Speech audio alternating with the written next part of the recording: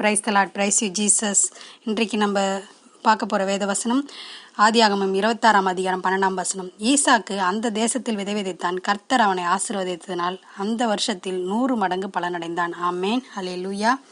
கர்த்தருடைய ஆசீர்வாதமே ஐஸ்வர்யத்தை தரும், அதனோடு கூட அவர் வேதனையை கூட்டார்னு வசனம் சொல்லுது.